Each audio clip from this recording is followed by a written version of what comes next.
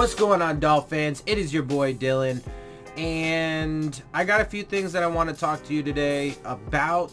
Obviously, right now is kind of a weird time in the off season where there's not really a lot going on. March is just around the corner, a couple weeks away, and so free agency is going to be in full swing soon. And so there will be definitely tons more information to discuss and talk about.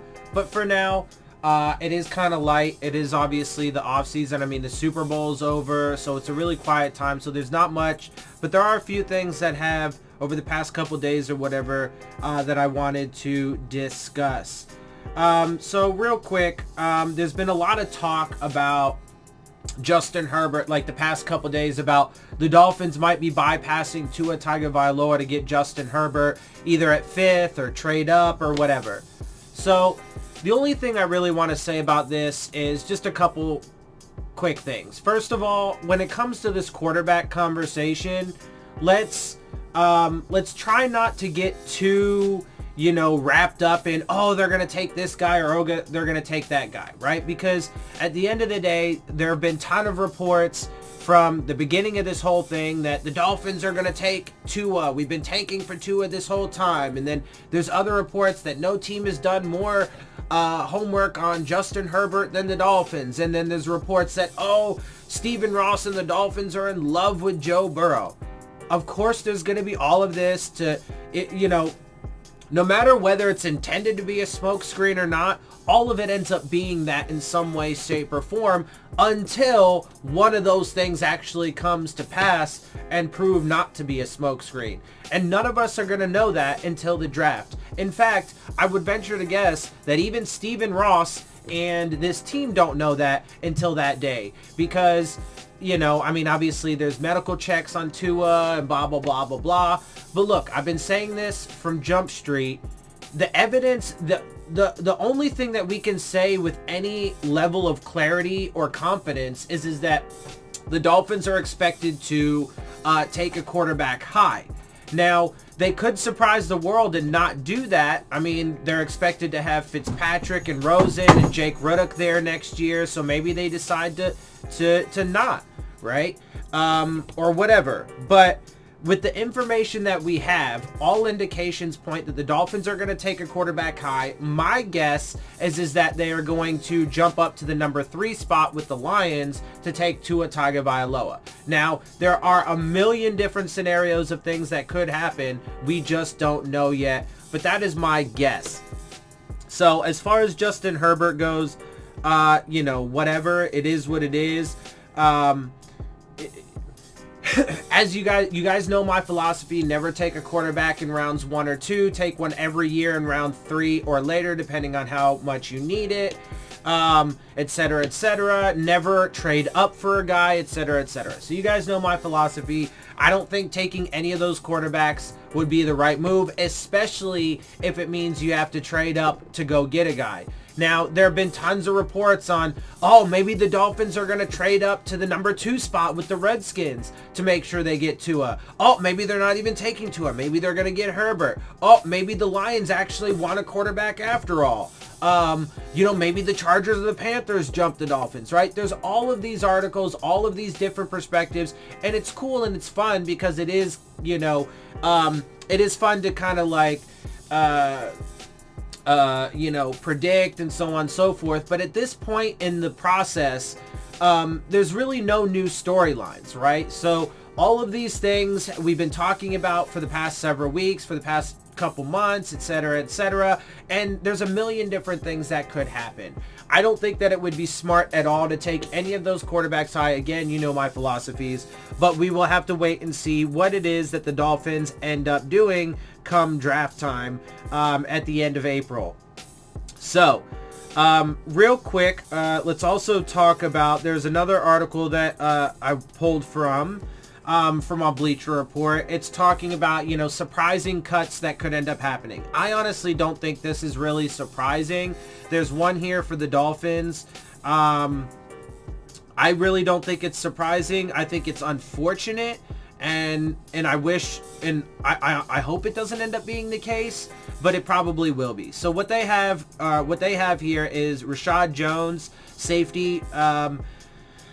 So here's what they have to say. One might think the Miami Dolphins can't afford to bleed any more talent, which is true, but Rashad Jones is an interesting case. He'll soon be 32 years old and stands alone atop Miami's current salary chart. His cap hit of more than $15.5 million, never mind the hits of $14.5 and $12 million the following 2 seasons, chews up more than 7% of the team's cap space. All right, so real quick, let's stop there. So it is absolutely true that the Dolphins can't really afford to bleed more talent because we have almost none.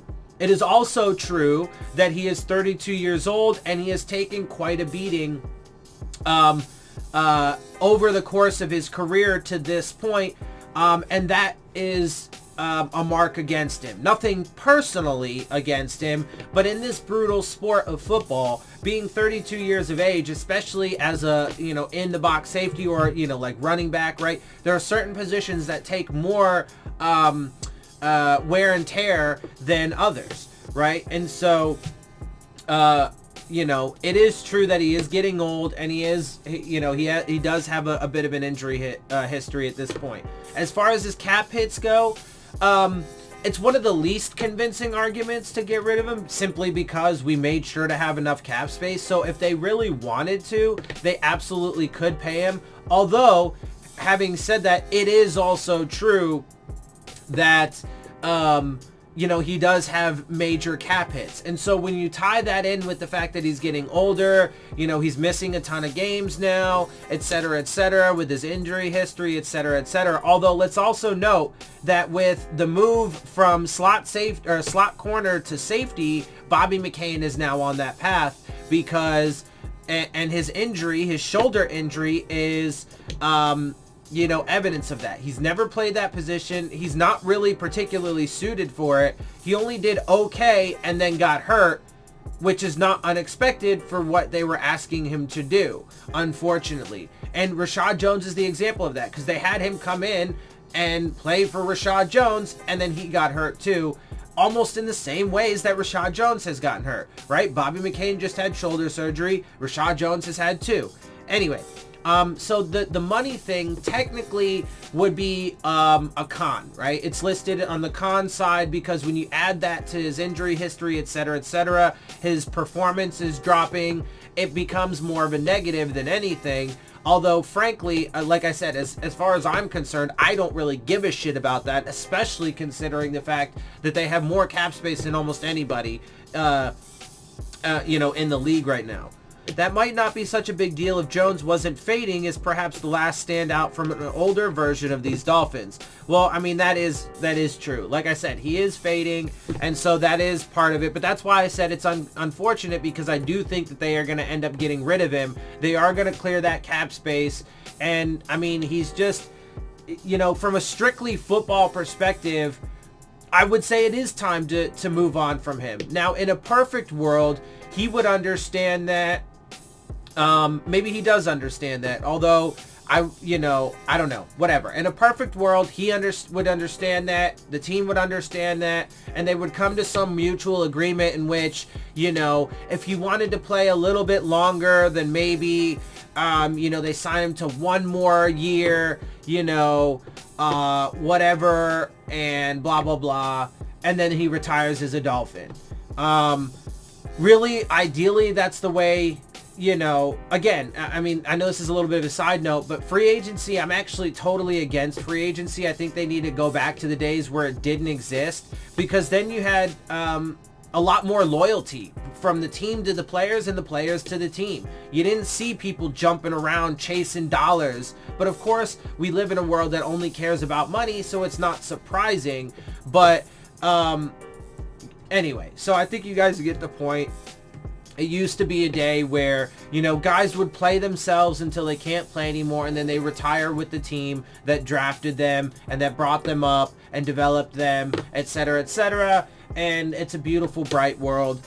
and we don't live in that world anymore. So, the veteran didn't register a pick last year and allowed 10 catches on 12 targets over his 4 games, 2 of them going for scores. That last number matches his 2018 figure, which was earned over 14 games and 41 targets. The trio of money, injury, and declining production means Jones could be a potential cut for a team that looks like it doesn't have wiggle room to lose much else, though the Dolphins have surprised in this regard recently.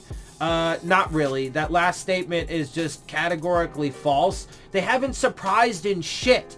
I mean, okay, yes, I thought at the beginning of the season they were going to end up winning 0 games. They won 5, but that's really irrelevant. And it's not even an upside because, again, they tanked. You can't argue that. I don't care who you are or what your arguments are. They're stupid because they instilled the hallmarks of a tanking philosophy and executed it almost to perfection, right? The only way it would have been perfect is if they would have, quote unquote perfect, is if they would have lost every single game and ensured they got the number 1 pick.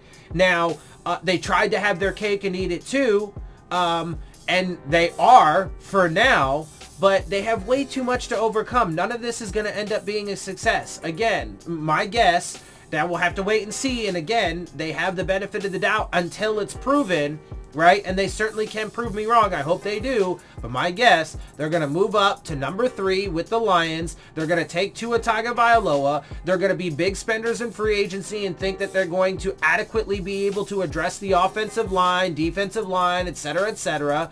It's not going to work. They're likely going to end up getting all kinds of glowing reports about Tua's injury. They're going to take him high in the draft after moving up, and then they're probably going to end up throwing him right into the fire. Right now, there's potential that they could take Tua and then sit him for a year. Do I think that's likely? No, I don't. Not with the way that there's so many expectations being put on the Dolphins to all of a sudden turn around because we have all this draft capital and cap space. We're just going to make the most wonderful moves that ever existed in football history and then be super competitive in 2020. Yay! Okay, sure, whatever. And then all the fucking bullshit fucking praise that Brian Flores and this front office and shit got. A coach of the year, GM of the year? Are you fucking kidding? Last year was an unmitigated disaster.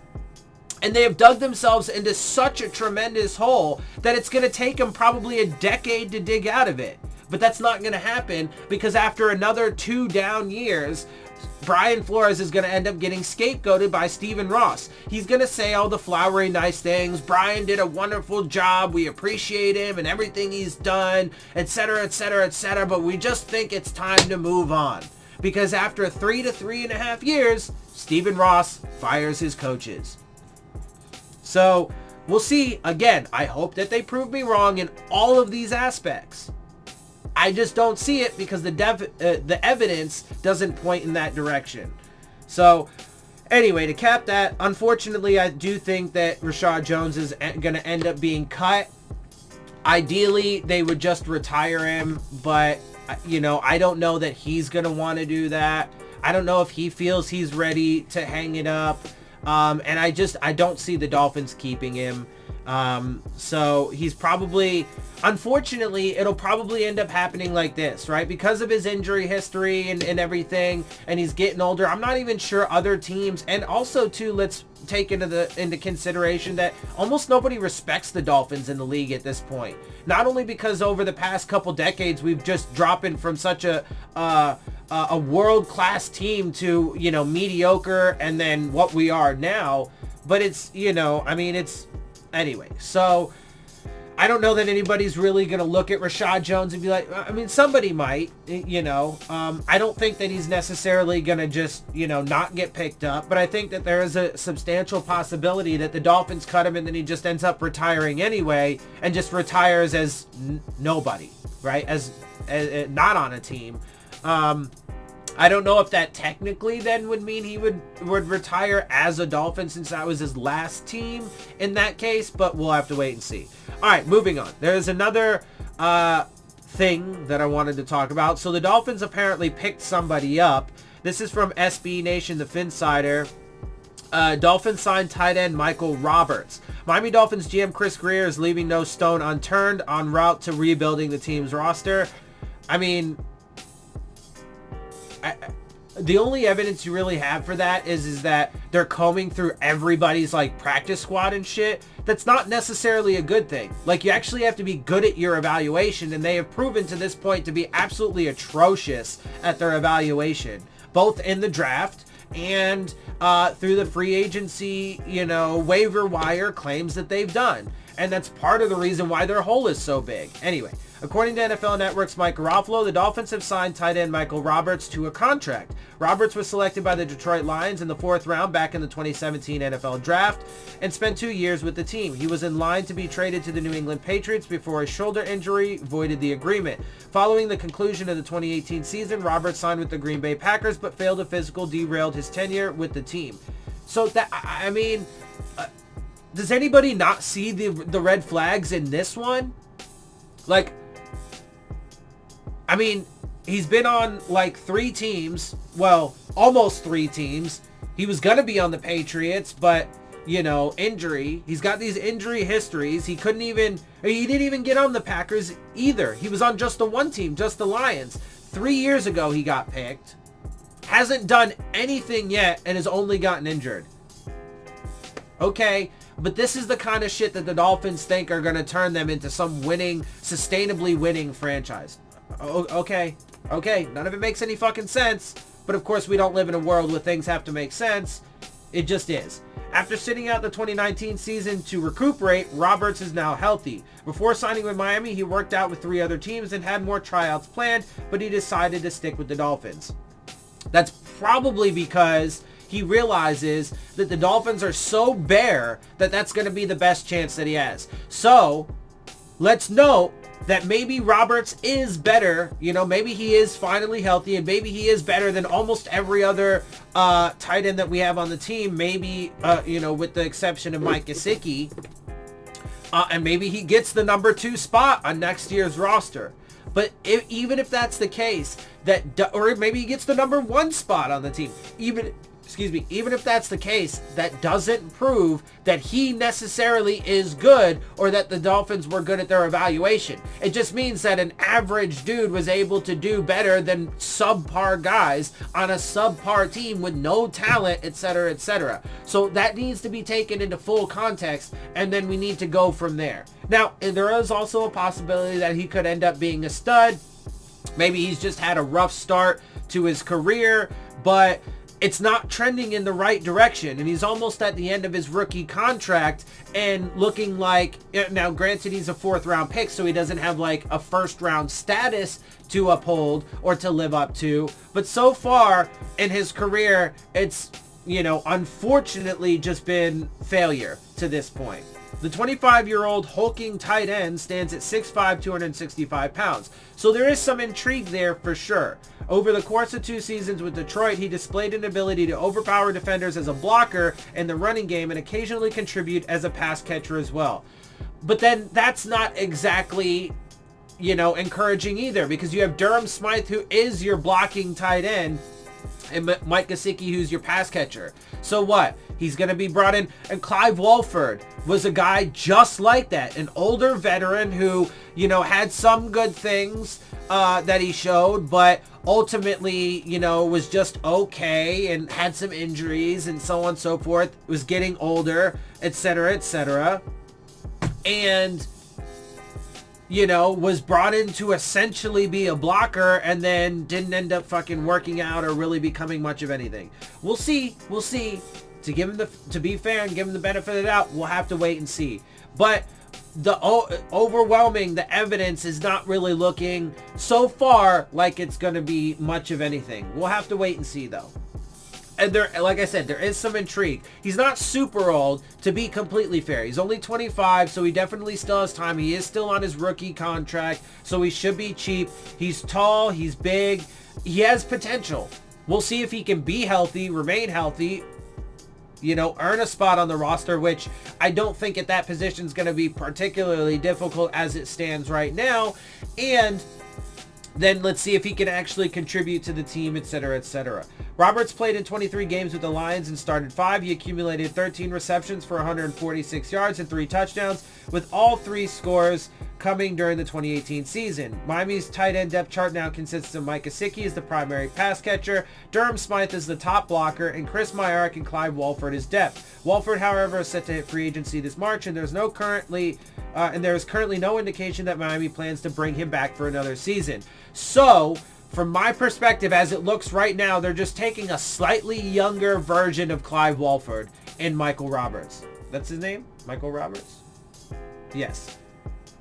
We'll see. Now, obviously, I do think that is probably an overall upgrade, at least ostensibly just from the perspective of, age, right? So, but we'll see. Well, let's see. Where was I? Roberts provides the Dolphins with a young reserve player who has a good shot at sticking with the 53-man roster if the team refrains from adding much more competition at the tight end position. Now, here, I will say this. With him in there, they probably don't really need to do much else at the tight end position besides maybe like, 1 or 2 late round to undrafted pickups. Right? Maybe just to have some camp bodies, or to, maybe somebody that can stick on the practice squad, or, potential gems, whatever. They have enough guys, and they certainly have guys with different skill sets who can catch the ball, who can block, whatever. So, that could potentially set them up to do other things, use their draft capital elsewhere, so on and so forth. But we'll have to wait and see how it ultimately ends up panning out. All right, and now there's one other thing that I just want to touch on really fast. It's some overarching generalized NFL news, and that is that the NFL playoff structure could change to 7 teams per conference in the new CBA. So as per the new collective bargaining agreement that's out there right now, there would be, reportedly, could be 2 more teams in the NFL playoffs as soon as the 2020 season. According to ESPN's Adam Schefter, the current collective bargaining proposal will put 7 teams for each conference in the postseason, with only the top seed on each side of the bracket receiving a bye. That is a change from the current structure, which features 6 teams from each conference in the playoffs and the top 2 seeds receiving byes. That's been agreed to for a long time, a source told Schefter. There wasn't a lot of disagreement to that issue. So we'll have to wait and see. It's not 100% official. They still have to wait until the owners' meeting, I think. So it can be voted on and so on and so forth. But at this point, it looks like there actually is potential that policy could be set into motion. And then therefore we would end up seeing, a playoff situation in which there are now 14 teams, 7 from each side, but only the top seed ends up getting a first round bye. So that'll be interesting. We'll have to wait and see how it plays out practically and in practice, right? If it does happen this year, it would only be the first year. So it'll be fascinating. It'll just be fascinating to see if it happens and how it actually affects the game and so on and so forth. Obviously, there is generally speaking, I think more people will be happy because that's 2 more teams that, end up getting in the playoffs, and their fan bases will be happy, etc., etc. The playoffs will obviously be a bit longer. But then on the other hand, only 2 teams end up getting a bye. So it is a trade-off, a bit of a trade-off. We'll have to wait and see how that plays out. It is interesting and intriguing.